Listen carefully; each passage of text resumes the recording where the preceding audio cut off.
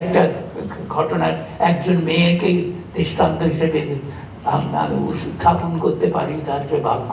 লামিয়া আক্তারের খবর আপনারা দেখেছেন, পটুয়াখালীর মেয়ে, 17 বছরের মেয়ে আত্মহত্যা করেছে। কেন আত্মহত্যা করল? ধারাবাহিকতায় তার বাবা জসিম উদ্দিন এই অভ্যুত্থানের সময়ে আদাবর এলাকায় থাকত, একটা সাহায্য সংস্থার ড্রাইভার ছিল, গাড়ির ড্রাইভার, শহীদ হয়েছে এবং তার কবর দেওয়া হয়েছে, ঢাকায় থাকতে তার কবর দেওয়া হয়েছে পটুয়াখালীতে। ওই লামিয়া আক্তার পটুয়াখালীতে গিয়েছে, তার বাবার কবর জিয়ারত করেছে, নানা বাড়িতে যাচ্ছিল সন্ধ্যার সময়।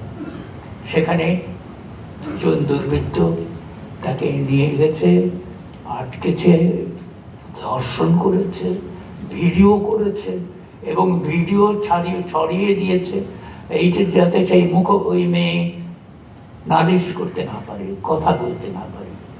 মেয়েটা সাহসী, থানায় গিয়ে নালিশ করেছে, ওই গ্রেফতার করা হয়েছে দুর্বৃত্তদের। মেয়ের তো বিচার পাবে বলে আশা করছে না এবং সামাজিকভাবে ঘৃণ্য পরিণত হয়েছে। ওই যে বীরাঙ্গনার যে অবস্থা, তারই সেই অবস্থা হয়েছে, সে মুখ দেখাতে পারছে না।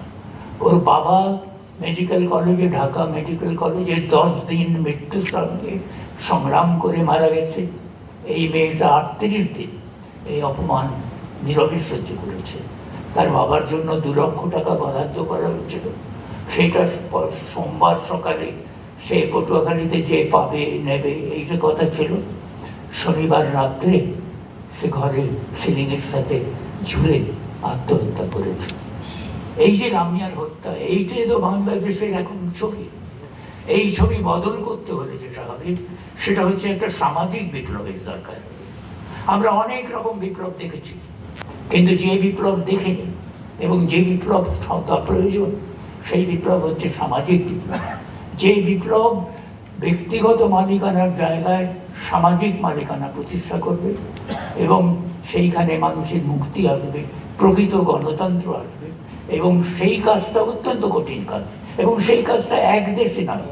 সমাজতন্ত্রের যে বিশ্বের যে পতন, সেই পতনের একটা কারণ হচ্ছে যে একটা কয়েক আঞ্চলিকভাবে হয়েছিল। আজকে যে ব্যবস্থা, সামাজিক যে বিপ্লব, সেটা প্রত্যেক দেশে হওয়া দরকার এবং সেটা আঞ্চলিক হবে, সেটা একটা আন্তর্জাতিক হবে।